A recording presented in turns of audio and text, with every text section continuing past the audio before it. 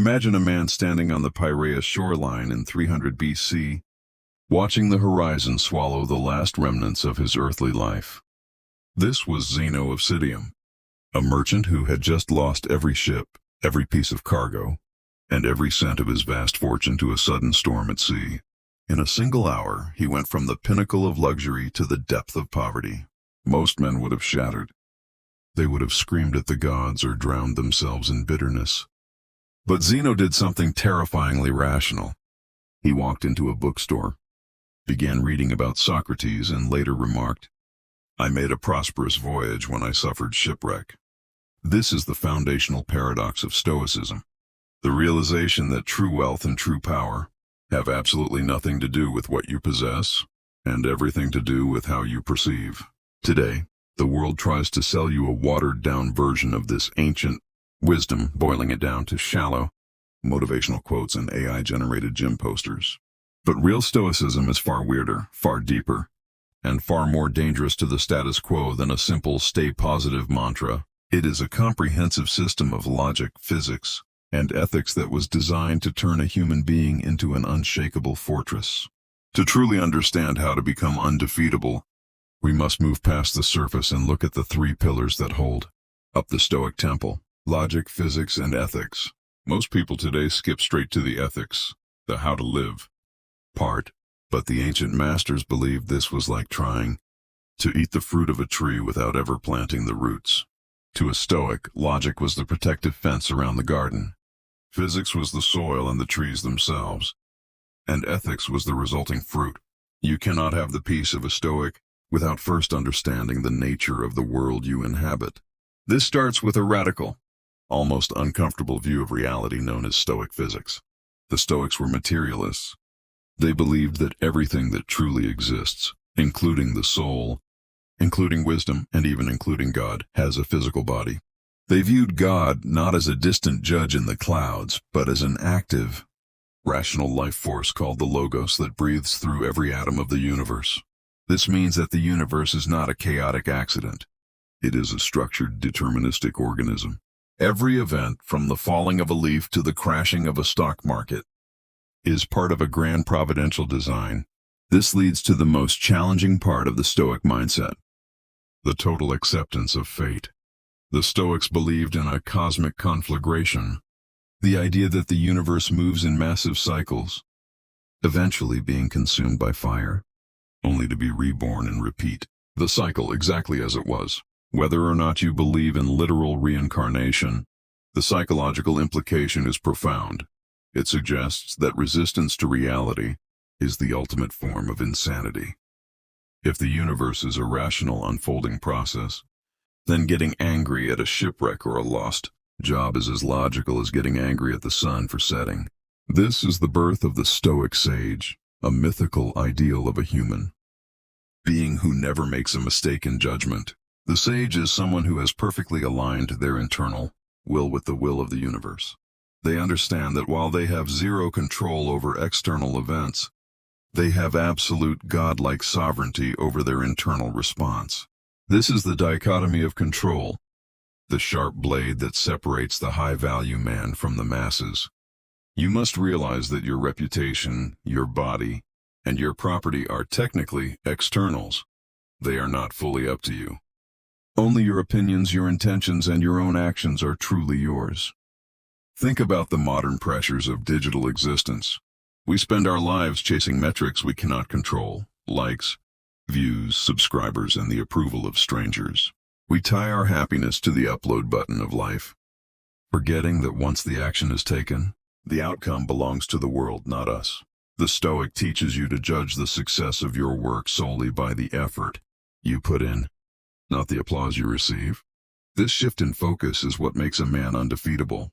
If your goal is to do your absolute best, you can never truly fail, because the effort is always within your power. But if your goal is to be rewarded, you have handed the keys to your happiness to a world that is notoriously fickle. This is why Stoicism appealed to both the lowest slave and the highest emperor. Epictetus, born in chains as a slave in a Roman household, used these principles to find a freedom that his masters could never touch. Marcus Aurelius, the most powerful emperor in human history, used these same principles to remain humble and sane while the weight of a dying empire rested on his shoulders. They both realized that the only domain worth ruling was the one inside their own minds. One of the most potent weapons in the Stoic arsenal is the practice of voluntary discomfort. We live in an age of hypercomfort, where every minor inconvenience feels like a tragedy.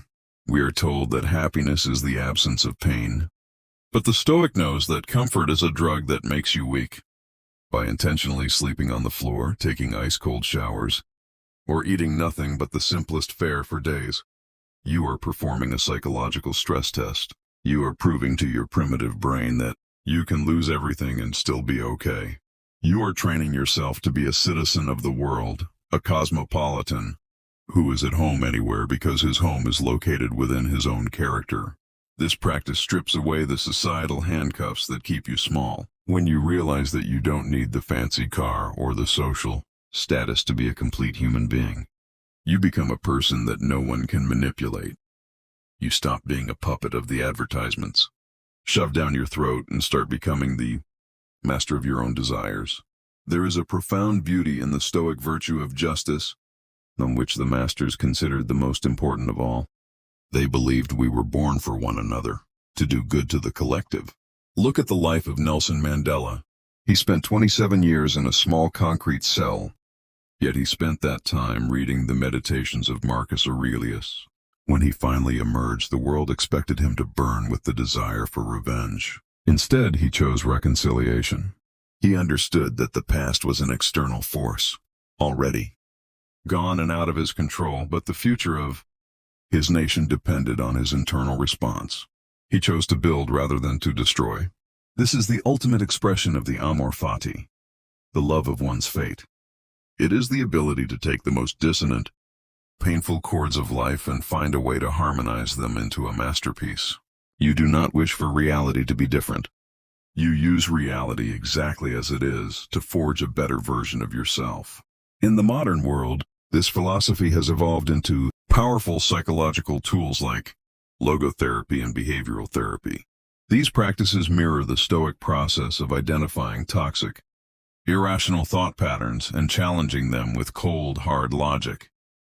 Most of our suffering comes from the stories we tell ourselves about our failures, rather than the failures themselves. We turn a missed opportunity into a permanent verdict on our worth.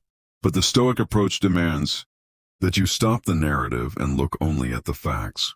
You must learn to separate the impression, the initial thought that pops into your head, from the assent, your decision to believe that thought. Just because your mind says, "I am a failure," that doesn't mean you have to agree with it.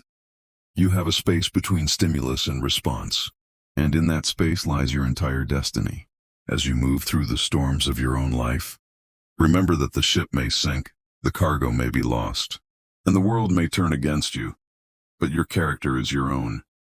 The prime of your life is not a date on a calendar that expires when you turn 30.